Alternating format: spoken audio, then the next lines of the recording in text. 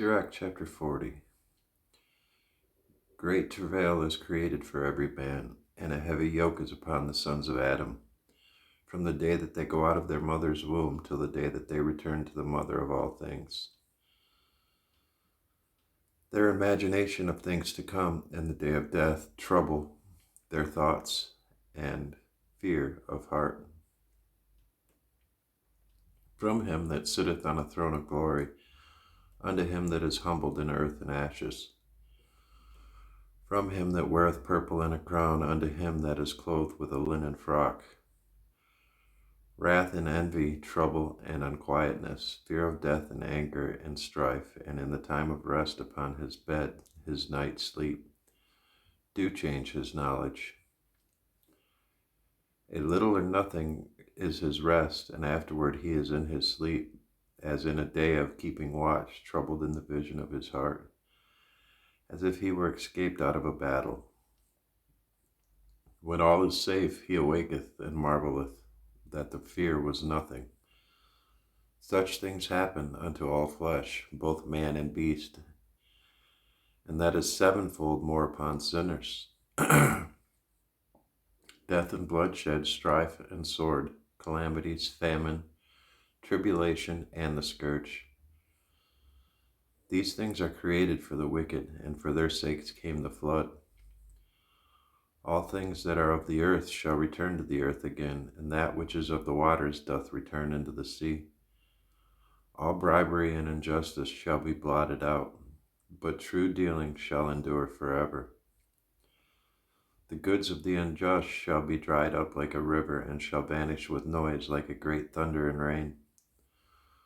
While he openeth his hand, he shall rejoice, so shall transgressors come to naught. The children of the ungodly shall not bring forth many branches, but are as unclean roots upon a hard rock. The weed growing up upon every water and bank of a river shall be pulled up before all grass. Bountifulness is as a most fruitful garden, and mercifulness endureth forever. To labor and to be content with that a man hath is a sweet life, but he that findeth a treasure is above them both. Children in the building of a city continue a man's name, but a blameless wife is counted above them both. Wine and music rejoice the heart, but the love of wisdom is above them both. The pipe and the psaltery make sweet melody, but a pleasant tongue is above them both. Thine eye desireth favor and beauty, but more than both corn while it is green. A friend and companion never meet amiss, but above both is a wife with her husband. Brethren and help are against time of trouble, but alms shall deliver more than them both. Gold and silver make the foot stand sure, but counsel is esteemed over them above them both. Riches and strength lift up the heart, but the fear of the Lord is above them both. There is no want in the fear of the Lord, and it needeth not to seek help. The fear of the Lord is a fruitful garden, and covereth him with above all glory. My son, lead not a beggar's life, for better it is to die than to beg. The life of him that dependeth on another man's table is not to be counted for a life, for he polluteth himself with other man's meat. But a wise man, well nurtured, will beware thereof. Begging is sweet in the mouth of the shameless, but in his belly there shall burn a fire. O death, how bitter is the remembrance of thee to a man that liveth at rest in his possessions, until the man that hath nothing to vex him, and that hath prosperity in all things, yea, unto him that is yet able to receive meat. O death, acceptable is thy sentence unto the needy, and unto him whose strength faileth. That is now in the last age, and is vexed with all things, and to him that despaireth and hath lost patience. Fear not the sentence of death, remember them that have been before thee, and that come after, for this is the sentence of the Lord over all flesh. And why art thou against the pleasure of the Most High? There is no inquisition in the grave, whether thou have lived 10 or 100 or 1,000 years. The children of sinners are abominable children, and they that are conversant in the dwelling of the ungodly. The inheritance of sinners' children shall perish, and their posterity shall have a perpetual reproach. The children will complain of an ungodly father, because they shall be reproached for his sake. Woe be unto you, ungodly men, which have forsaken the law of the Most High God, for if ye increase, it shall be to your destruction. And if ye be born, ye shall be born to a curse, and if ye die, a curse shall be your portion. All that are of the earth shall turn to earth again, so the ungodly shall go from a curse to destruction. The mourning of men is about their bodies, but an ill name of sinners shall be blotted out. Have regard to thy name, for that shall continue with thee above 1,000 great treasures of gold. A good life hath but few days, but a good name endureth forever. My children, keep discipline and peace, for wisdom that is hid, and a treasure that is not seen, what profit is it in them both? A man that hideth his foolishness is better than a man that hideth his wisdom. Therefore be shamefaced according to my word, for it is not good to retain all shamefacedness, neither is it altogether approved in everything. Be ashamed of whoredom before father and mother, and of a lie before a prince and a mighty man, of an offense before a judge and ruler, of iniquity before a congregation and people, of unjust dealing before thy partner and friend, and of theft in regard of the place where thou sojournest, and in regard of the truth of God and his covenant, and to lean with thine elbow upon the meat, and of scorning to give and take, and of silence before them that salute thee, and to look upon a harlot, and to turn away thy face from thy kinsman, or to take away a portion or a gift, or to gaze upon another man's wife, or to be over busy with his maid, and come not near her bed, or of upbraiding speeches before friends, and after thou hast given, upbraid not, or of iterating and speaking against that which thou hast heard, and of revealing of secrets. So shalt thou be truly shamefaced, and find favor before all men. Of these things be not thou ashamed, and accept no person to sin thereby. Of the law of the Most High and his covenant, and of judgment to satisfy the ungodly, of reckoning with thy partners and travelers, or of the gift of the heritage of friends, of exactness of balance and weights, or of getting much or little, and of merchants indifferent selling, of much correction of children, and to make the side of an evil servant to bleed. Sure keeping is good where an evil wife is, and shut up where many hands are. Deliver all things in number and weight, and put all in writing that thou givest thou out or receivest in. Be not ashamed to inform the unwise and foolish, and the extreme age that contendeth with those that are young. Thus shalt thou be truly learned and approved of all men living. The father waketh for the daughter when no man knoweth, and the care for her taketh away sleep when she is young, lest she pass away the flower of her age, and being married, lest she should be hated. In her virginity, lest she should be defiled, and gotten with child in her father's house, and having a husband, lest she should misbehave herself, and when she is married, lest she should be barren. Keep a sure watch over a shameless daughter, lest she make thee a laughingstock to thine enemies, and a byword in the city, and a reproach among the people, and make thee ashamed before the multitude. Behold, not every body is beauty, and sit not in the midst of women. For from garments cometh a moth, and from women wickedness. Better is the churlishness of a man than a courteous woman, a woman, I say, which bringeth shame and reproach. I will now remember the works of the Lord, and declare the things that I have seen. In the words of the Lord are his works. The sun that giveth light looketh upon all things, and the work thereof is full of the glory of the Lord. The Lord hath not given power to the saints to declare all his marvelous works, which the Almighty Lord firmly settled, that whatsoever is might be established for his glory. He seeketh out the deep in the heart, and considereth their crafty devices, for the Lord knoweth all that may be known, and he beholdeth the signs of the world. He declareth the things that are past and for to come, and revealeth the steps of hidden things. No thought escapeth him, neither any word is hidden from him. He hath garnished the excellent works of his wisdom, and he is from everlasting to everlasting. Unto him may nothing be added, neither can he be diminished, and he hath no need of any counselor. O how desirable are all his works, and that a man may see even to a spark. All these things live and remain forever for all uses, and they are all obedient. All things are double one against another, and he hath made nothing imperfect. One thing establisheth the good, or another, and who shall be filled with beholding his glory?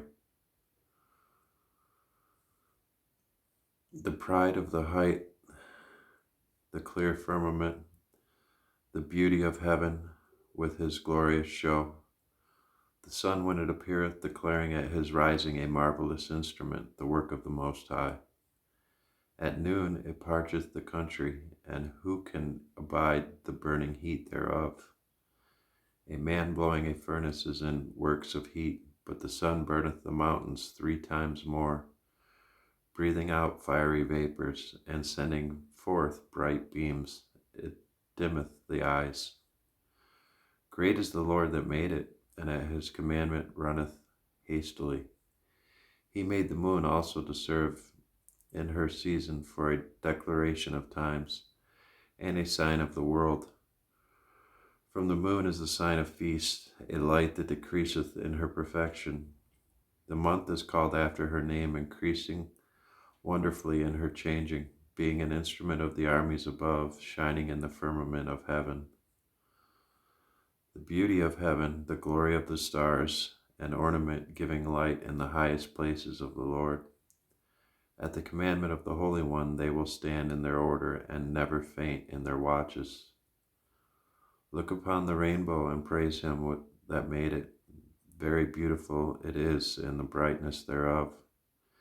It compasseth the heaven about with a glorious circle, and the hands of the Most High have bended it.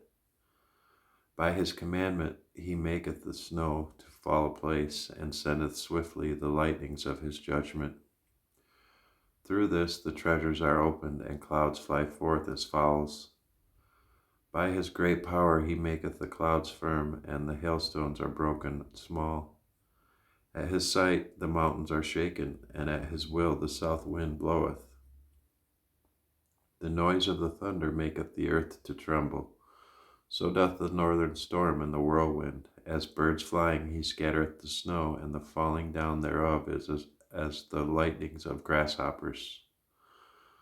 The eye marvelleth at the beauty of the whiteness thereof, and the heart is astonished at the raining of it. The hoarfrost also as salt he poureth on the earth, and being congealed it lieth on the top of sharp stakes.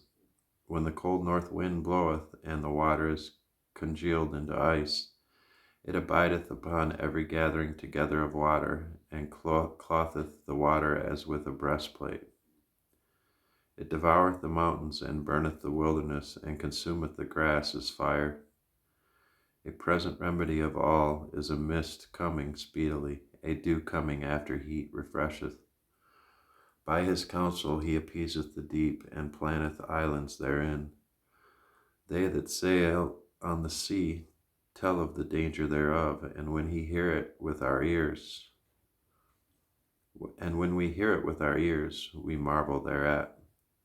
For therein be strange and wondrous works, variety of all kinds of beasts and whales created. By him the end of them hath prosperous success, and by his word all things consist. We may speak much, and yet come short, wherefore in sum he is all. How shall we be able to magnify him? For he is great above all his works. The Lord is terrible and very great, and marvelous is his power. When ye glorify the Lord, exalt him as much as ye can, for even yet will he far exceed. And when ye exalt him, put forth all your strength, and be not weary, for ye can never go far enough. Who hath seen him that he might tell us, and who can magnify him as he is? There are yet hid greater things than these be, for we have seen but a few of his works. For the Lord hath made all things, and to the godly hath he given wisdom. Chapter 44. Let us now praise famous men and our fathers that begat us. The Lord hath wrought great glory by them through his great power from the beginning. Such as did bear rule in their kingdoms, men renowned for their power, giving counsel by their understanding and declaring prophecies. Leaders of the people by their counsels and by their knowledge of learning meet for the people. Wise and eloquent are their instructions. Such as found out musical tunes and recited verses in writing. Rich men furnished with ability, living peaceably in their habitations. All these were honored in their generations, and were the glory of their times. There be of them that hath left a name behind them, and their praises might be reported. And some there be which have no memorial, who are perished as though they had never been, and are become as though they had never been born, and their children after them. But these were most merciful men, whose righteousness hath not been forgotten. With their seed shall continually remain a good inheritance, and their children are within the covenant. Their seed standeth fast, and their children for their sakes. Their seed shall remain forever, and their glory shall not be blotted out. Their bodies are buried in peace, but their name liveth forevermore. The people will tell of their wisdom, and the congregation will show forth their praise. Enoch pleased the Lord, and was translated, being an example of repentance to all generations. Noah was found perfect and righteous in the time of wrath. He was taken in exchange for the world. Therefore was he left as a remnant unto the earth when the flood came. An everlasting covenant was made with him, that all flesh should perish no more by the flood. Abraham was a great father of many people, and glory was there none like unto him, who kept the law of the Most High, and was in covenant with him. He established the covenant in his flesh, and when he was proved, he was found faithful.